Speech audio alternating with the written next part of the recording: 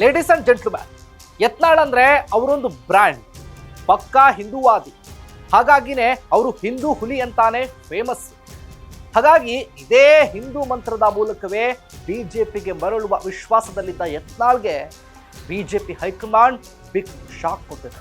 ಹಾಗಾದ್ರೆ ಯತ್ನಾಳ್ಗೆ ಬಿಜೆಪಿ ಬಾಗಿಲು ಬಂದ್ ಆಗೋಯ್ತಾ? ಇಷ್ಟಕ್ಕೂ ಯತ್ನಾಳ್ಗೆ ಬಿಜೆಪಿ ಹೈಕಮಾಂಡ್ ನೀಡಿರುವ ಆ ಶಾಕ್ ಆದ್ರೂ ಏನು?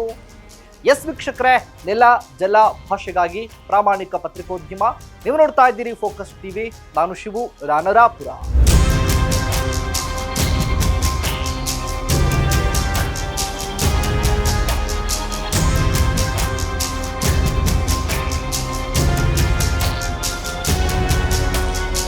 ಯತ್ನಾಳ್ ಅಂದ್ರೆ ಅವರೊಬ್ಬ ಹಿಂದೂ ರಾಯಭಾರಿ. ಇದೇ ಹಿಂದೂ ಮತ ಮಂತ್ರದ ಮೂಲಕವೇ ಬಿಜೆಪಿಯಲ್ಲಿ ತನ್ನದೇ ನೆಲೆಯನ್ನ ಕಂಡುಕೊಂಡಿತ್ತು.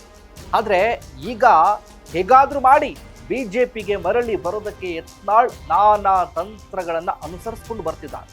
ಆದ್ರೆ ಹಿಂದೂ ಹುಲಿ ಯತ್ನಾಳ್ಗೆ ಬಿಜೆಪಿ ಬಿಗ್ ಶಾಕ್ ಕೊಟ್ಟಿದೆ. ಸದಾ ಹಿಂದೂ ಮಂತ್ರದಿಂದಲೇ ಬಿಜೆಪಿಯಲ್ಲಿ ತಮ್ಮದೇ ನೆಲೆಯನ್ನ ಕಂಡುಕೊಂಡು ಬರ್ತಾ ಇದ್ದ ಯತ್ನಾಳ್ಗೆ ಬಿಜೆಪಿ ಹೈಕಮಾಂಡ್ ಬಾಗಿಲು ಬಂದ್ ಮಾಡಿದೆ ಅಂತ ಹೇಳಲಾಗ್ತಾ ಇದೆ. ಹಾಗಾಗಿ ಯತ್ನಾಳ್ ದಾರಿ ಯಾವುದಯ್ಯಾ ಅಂತ ಹುಡುಕುವಂತಾಗಿದೆ.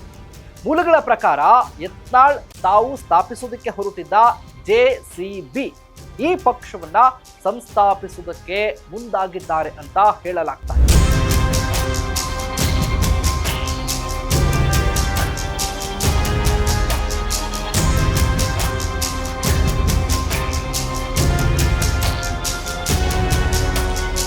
ಬಿಜೆಪಿ ನಾಯಕರು ತಮ್ಮನ್ನ ಪಕ್ಷಕ್ಕೆ ಸೇರಿಸಿಕೊಳ್ಳದಂತೆ ತಡೆಯುತ್ತಿರೋದನ್ನ ಸ್ಪಷ್ಟವಾಗಿ ಅರಿತಿರುವಂತ ಹಿಂದೂ ಹುಲಿ ಹೀಗಾದ್ರೂ ಮಾಡಿ ತಮ್ಮ ರಾಜಕೀಯ ನೆಲೆಯನ್ನ ಕಂಡುಕೊಳ್ಳೋದಕ್ಕೆ ಮತ್ತೆ JCB ಮಂತ್ರವನ್ನ ಜಪಿಸುವುದಕ್ಕೆ ಮುಂದಾಗಿದ್ದಾರೆ.